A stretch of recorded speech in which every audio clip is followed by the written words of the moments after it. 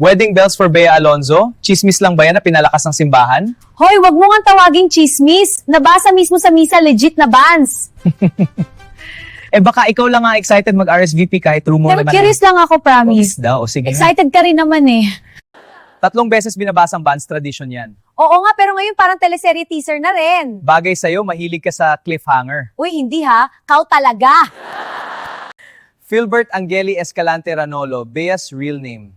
Ang haba, parang credits ng pelikula. Mas mahaba pa sa listahan ng ex mo. Nakasaad pa ang address nila sa Paco, Manila.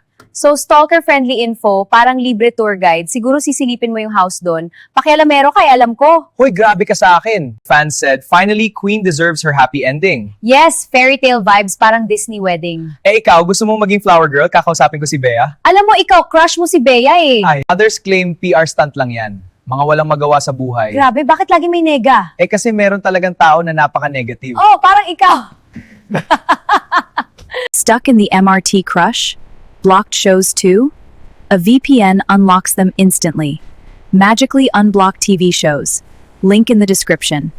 Dapat ba gawing public spectacle ang kasal ng celebs? Eh kung private, paano makikigulo ang fans? Tsaka syempre, ano pag-uusapin natin if private, di ba? Ikaw talaga, gusto mo may ticketing system pa. Ang livestream sa misa ang nagpa-viral sa bans. So simbahan na rin ang source ng chismis. Ikaw ha, sinisi mo pang simbahan. Next time baka may live comments pa sa homily. Malay natin, di ba? Time is evolving.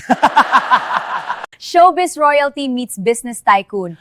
Power couple, love plus money equals jackpot. Buti pa sila kamo. Eh ikaw hindi ka magkakaroon ng ganung jackpot. Remember Marian and Ding Dong? Public spectacle din. Oo, pero Bia's wedding mas mysterious, mas suspense. Power Ay. couple to. So kasi nga di naman nila pinagkakalat, they wanna keep it private, di gaya ng iba dyan.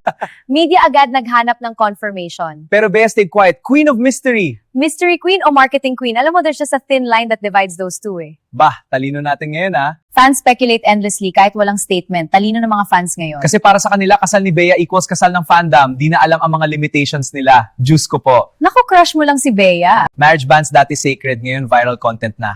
#Bea wedding trending agad. Dapat parang affected ang lahat tsaka feeling invited. Ako punta ako, friends kami ni Bea eh.